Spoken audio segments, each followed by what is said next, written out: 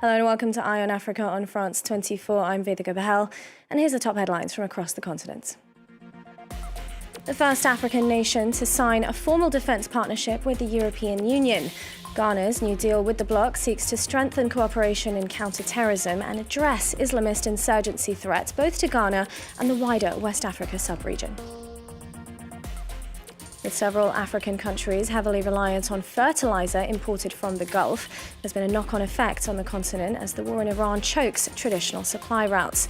There's a threat for national revenues in agricultural exports and also the cost of living for households.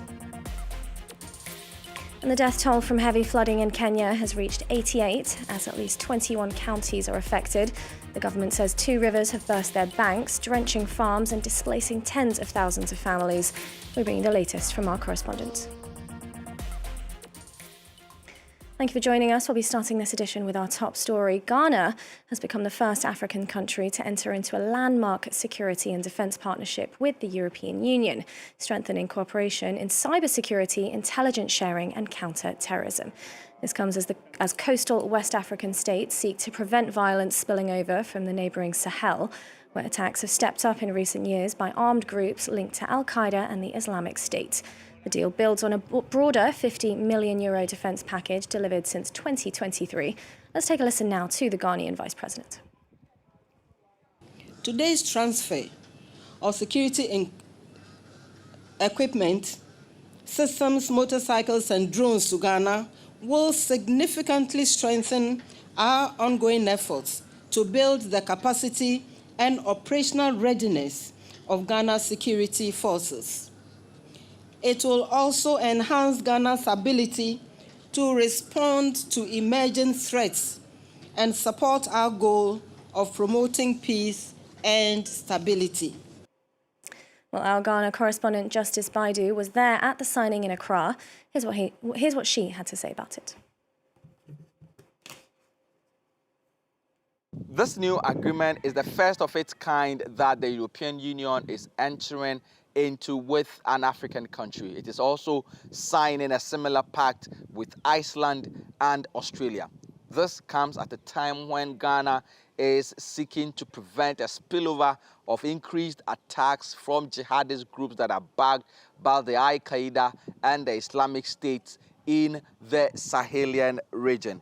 The Sahel alone accounted for more than half of all terrorism-related deaths in the Global Terrorism Report released in March of 2026. Ghana and the European Union would, under this new agreement, be sharing intelligence that would enable military on both ends be able to combat crime and terror on land and on sea. This agreement built on an earlier €54 million pact that has been delivered since 2023. Under that arrangement, the European Union has delivered security items, including drones and armored vehicles that has helped Ghana's border security since then. The US-Israel war in Iran has squeezed traditional supply routes and disrupted energy flows via the Strait of Hormuz, where up to 30% of internationally traded fertilizers are carried. With many African countries relying heavily on fertilizer imports from the Gulf, it's had a trickle-down effect for agriculture and food security, threatening the continent's role in exporting national products such as cocoa. There's also risks for smallholder farmers for whom these price spikes can severely affect yield. Now, for more on this, let's bring in David Laborde, the Director for Agri-Food Economics at the UN Food and Culture Organization. He's joining us from Brussels. Thank you so much, David, for joining us here on Eye on Africa. Now, within Africa, there are different levels of dependency on fertilizer. Could you tell us which nations are most at risk and how? Oh, yes. I mean, the nations that are more at risk are the ones that are using today fertilizer and more fertilizer than others, and are linked to the Gulf. So in particular, Kenya, Zambia, Malawi are the countries that are on the first line because, yes, they use fertilizer in their agriculture, and traditionally they bring it from the Gulf countries. And at what level are we talking about here for this affecting those countries in particular? We are talking about countries that bring normally more than 40 or 50% from the Gulf and have a high level of application. So I would say in a worst case scenario, if they didn't have any supply from the Gulf, their yield will be reduced by 10-15%. So there is an impact. But what I want to point is the first impact is actually the increase in prices. So even before having not access to the quantity, for all the farmers and the farmers all around Africa, they will face this increase in cost, and that will impact their income and even their capacity to pay for the fertilizer, even if they are available around them. I think that leads on nicely to my next question is how does this affect the average citizen on the continent, including farmers on a human level? Could this also trickle down to a cost of living situation for normal households as well? And the cost of living starts with the increase of price of energy. Then, in Africa, you have a large number of people that are farming or people in their family are farming. So the access of fertilizer is going to be a choice for them. Are they going to pay for fertilizer or for other services and goods? But after a few months, actually, this can translate in a rising food prices, because that's where if you have less fertilizer, you produce less. If you produce less, actually, you start to see a contraction on the supply, and then the price will increase, and that's where we can get this food security situation that doesn't exist today. But if we don't take the right action, it will happen tomorrow, and tomorrow means the next cropping season, and across the continent, it's going to happen at different point in time. And David, interestingly, there is a producer and exporter of fertilizer on the continent. Morocco produces and both exports to other countries in Africa. Why is Morocco not able to make up for or replace this supply that's lost with the war in Iran? When we talk about fertilizer, we talk about different products that are made from nitrogenous and so natural gas, and that we bring this from the Gulf, phosphate, sulfur, but also potash. And actually, Morocco has phosphate, but in order to sell this product, normally you blend it, and you blend it with other components like urea or ammonia. So this product that Morocco brings 30% of its input from the Gulf, combine them, and then sell it around the world, but also in Africa. And of course, Morocco tried to find alternative. And following the war in Ukraine, it started to do partnership with Nigeria because Nigeria has natural gas. And this is the type of synergy that can be a solution, but they take time to put in place. But what about the Dangote refinery in Nigeria that has also began exporting fuel to other countries in Africa as well? Could that possibly be a strategic alternative to obtain fertilizer in the region as well? Alternative, yes, but at the end, it's a question of prices, because any fertilizer producer is going to sell at what is the price on market and global markets. And here, due to the rarefaction, we have seen already the price of ammonia, of urea increasing by 70%, 80%. So we are more than $600 a ton that some large-scale farmers around the world can actually afford, even if it is already a cost for them. But most African farmers will not be able to pay for it. So once again, product can be around, but if you don't have the capacity to pay, you will not have access to it. And David, we're now on day 25 of the war. We're approaching that month mark that this conflict has gone on. What can we expect for African countries and the continent if this continues, if it's prolonged even further? So first, it will be contrasted effects, because on the continent, we were talking about Nigeria, you have a number of countries that export oil, export natural gas, and actually benefit from the current high level of prices on world markets. So this country, in a very simple terms, are making more money. Now, you have many other countries that are just buying their oil and energy product, buying their fertilizers, and these countries are going to actually to suffer from increased import bill, but also will not have the fiscal means to support their population.